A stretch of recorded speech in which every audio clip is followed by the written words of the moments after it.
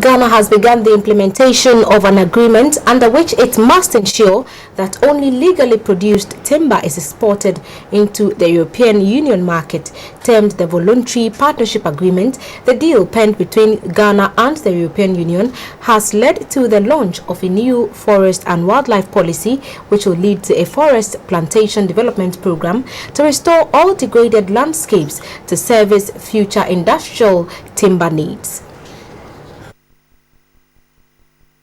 Forest and wildlife resources have long been major contributors to Ghana's economic development, formal and informal employment and export earnings. The forest and savanna ecosystems provide rich biodiversity of national and global significance, which has been the backbone of productive sectors of the economy. Unfortunately, the exploitations of these resources have not been sustainable over the years.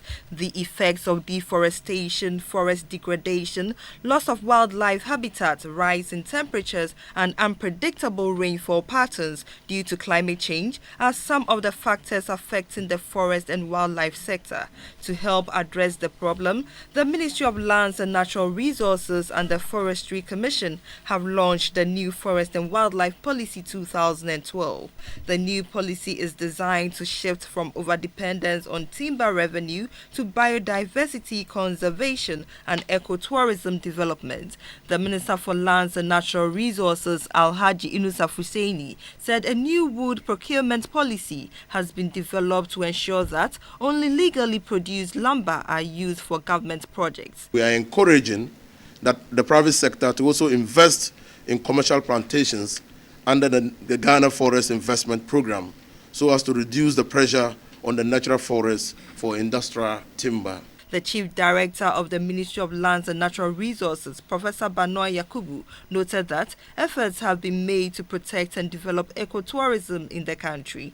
All stakeholders here and those who read from the media reports will allude to the fact that very meticulous exchanges took place, which culminated in approval of the by cabinet of the policy, and we hope that with the massive participation and support, this will also ensure that at the end of the day, the forestry sector and the wildlife environment will be duly enriched.